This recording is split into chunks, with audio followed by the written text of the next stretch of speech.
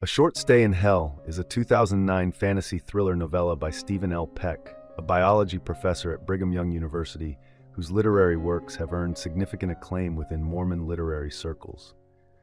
The story follows Soren Johansson, a devout Mormon who, upon his death, discovers that Zoroastrianism is the one true religion and is temporarily consigned to hell for his lifelong adherence to the wrong faith.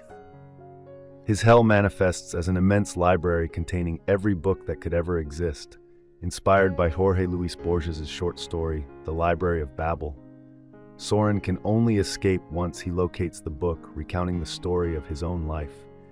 His quest forces him to confront the profound implications of this bizarre afterlife, exploring themes of searching for meaning amid randomness, crises of belief in the afterlife, and human connection within the scope of eternity. After dying of cancer, Soren awakens in a Zoroastrian version of hell.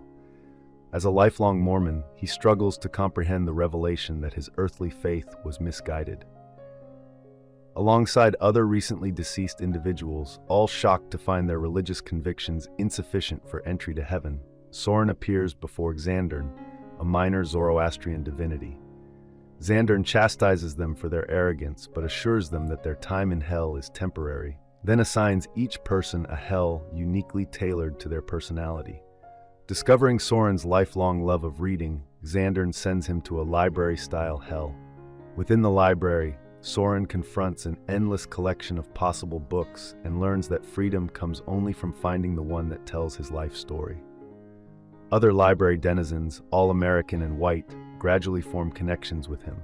After days of searching, one man, Biscuit, finds a book containing only the words "sack it," which he interprets through his own life as an unhoused man who carried all his belongings in a sack.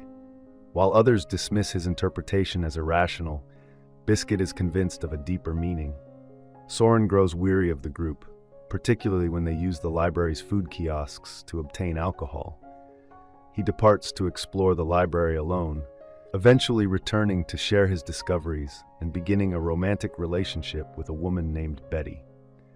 Over the course of roughly a century, the library's inhabitants develop their own societies.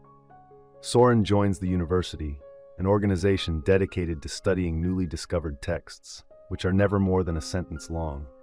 He gradually succumbs to despair over the possibility of escape.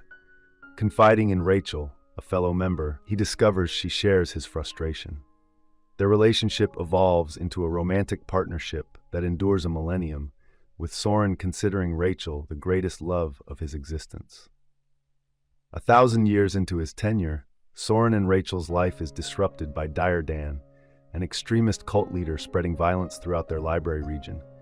When Dire Dan and his followers attempt to capture them, Rachel escapes by leaping into the library's central void, leaving Soren to confront the cult alone.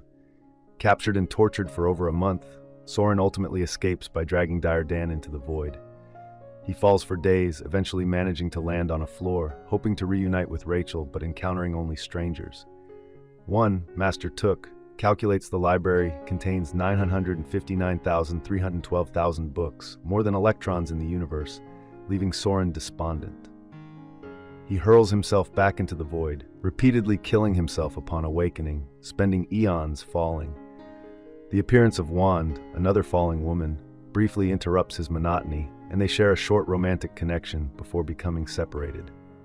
Bereft, Soren devotes himself entirely to the search for the book that will finally grant him escape.